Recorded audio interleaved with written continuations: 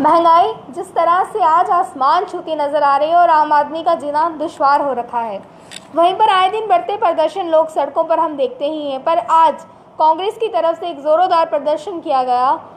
इन्हीं सब पर चर्चा करने के लिए योगेश साहनी जी हमारे साथ मौजूद हैं। इनसे बातचीत करेंगे और जिस तरह से आज देश को बेचना बंद करो का जो नारा है कांग्रेस की तरफ से लगाया गया भाजपा की तरफ, उन पर बातचीत करेंगे। और जिस तरह से अब बिजली प्राइवेट हो चुकी है और पानी भी प्राइवेट होने जा रहा है, इस पर सब पर चर्चा करेंगे। सर बहुत बहुत स्वागत है आपका। Thank you dear.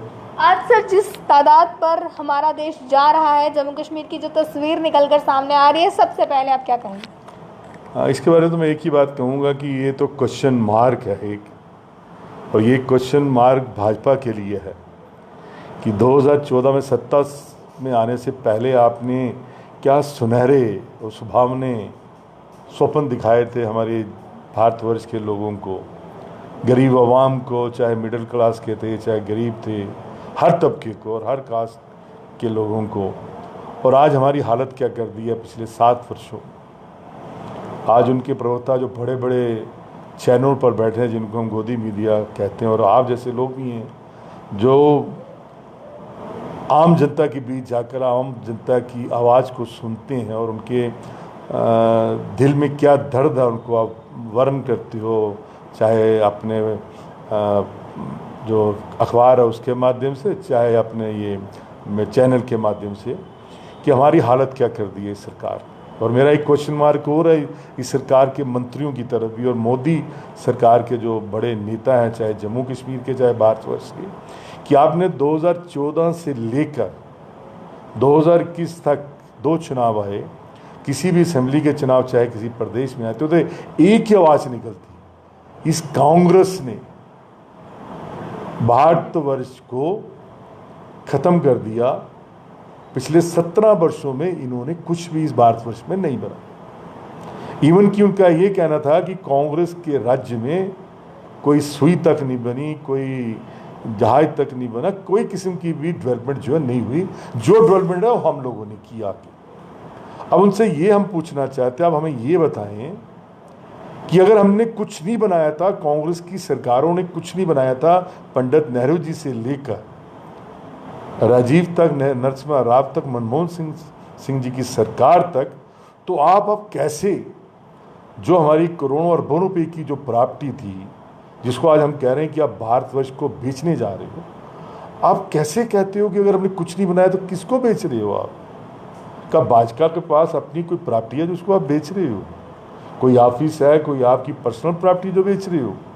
आज अपने हालत ये कर दिया है कि जो हम लोगों ने इंफ्रास्ट्रक्चर खड़ा किया था जनता के लिए, आम गरीब आदमी के लिए, कि रेलवे एक बैकबोन है हमारी हिंदुस्तान की, और आज एक मिडिल क्लास लोगों के लिए कि वो रेलवे में सफ़र करते हैं, आज उसको भी इन्होंने बेचे जा रहे हैं।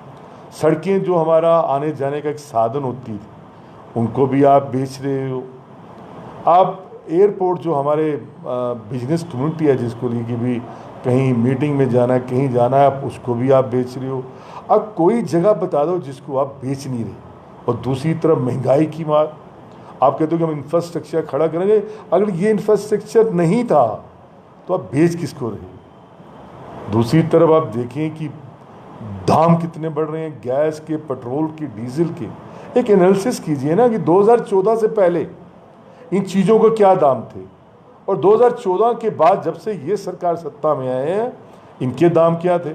हम एक सिंपल सा एक क्वेश्चन करते हैं कि 2014 से पहले करोड़ के क्या दाम थे इंटरनेशनल मार्केट में। ये एक ही चीज़ कहते हैं कि भाई इंटरनेशनल मार्केट में ये दाम बढ़ गए इसलिए इसके दाम बढ़ाए जा रहे हैं।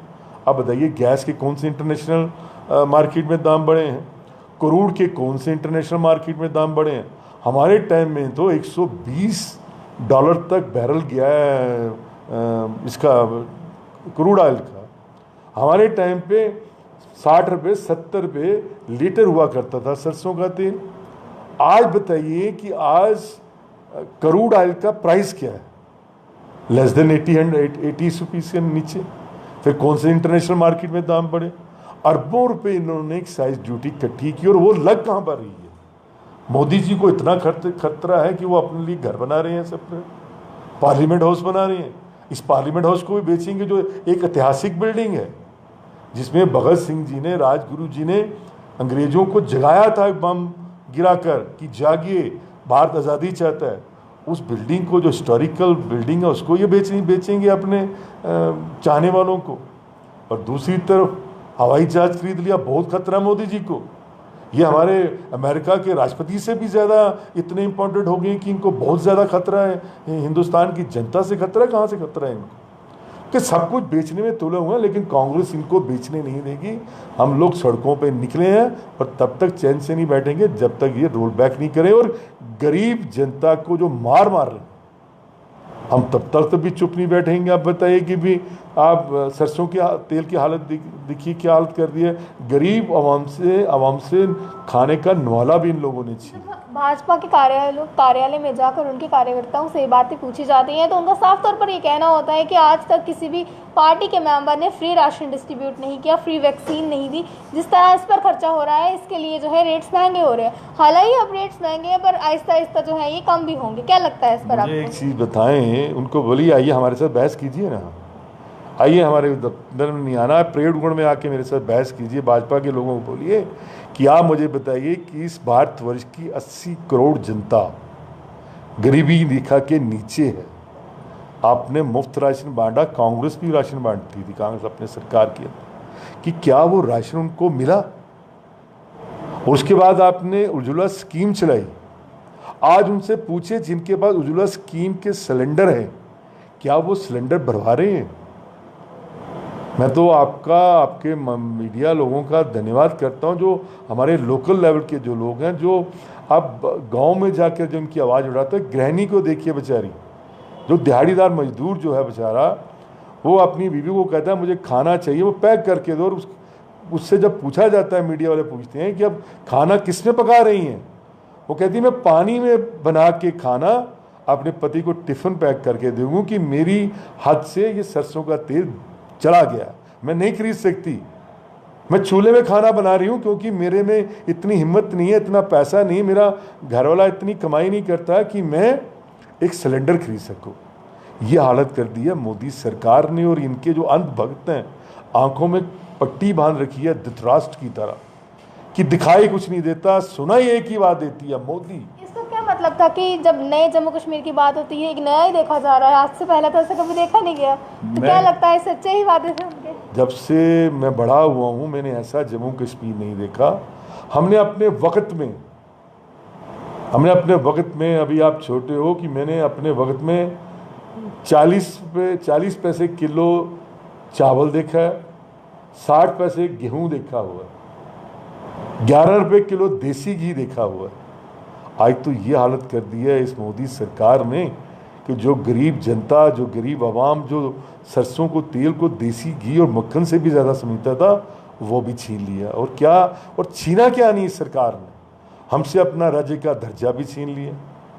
और आने वाले वक्त में हम तब तक चुप नहीं बैठेंगे जब तक हमें ये अपना हक नहीं देंगे, हमारा स्टेट का दर्जा वापस। चलिए एक रुख हम बिजली और पानी की ओर करते हैं, वो भी जिस तरह से प्राइवेट होने जा रहा है, क्या लगता है? मैं वही तो कह रहा हूँ कि ये सब कुछ बेचने में तुले हुए हैं, ये कुछ भी देने वाले नहीं गरीब जनता को, आवाम को। तभी तो हम कहते हैं कि इलेक्शन कराए।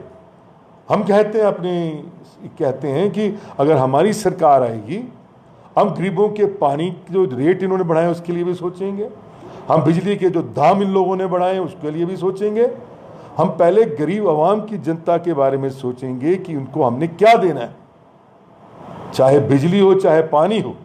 अगर गरीब जनता को वो मुफ्त चाहिए तो उसके बारे में भी हम सोचें।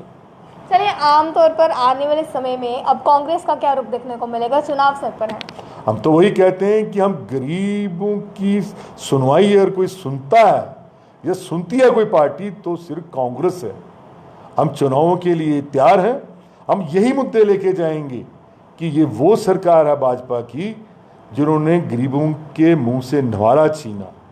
पानी जो मुफ्त मिला करता था उस पर भी इन्होंने प्राइवेटाइजेशन करके रेट बढ़ा रहे हैं। बिजली जो कांग्रेस दिया करती थी, जिसने इतने बड़े डैम बनाए, ये उस पर को भी प्राइवेटाइजेशन ये इन्होंने कर दी।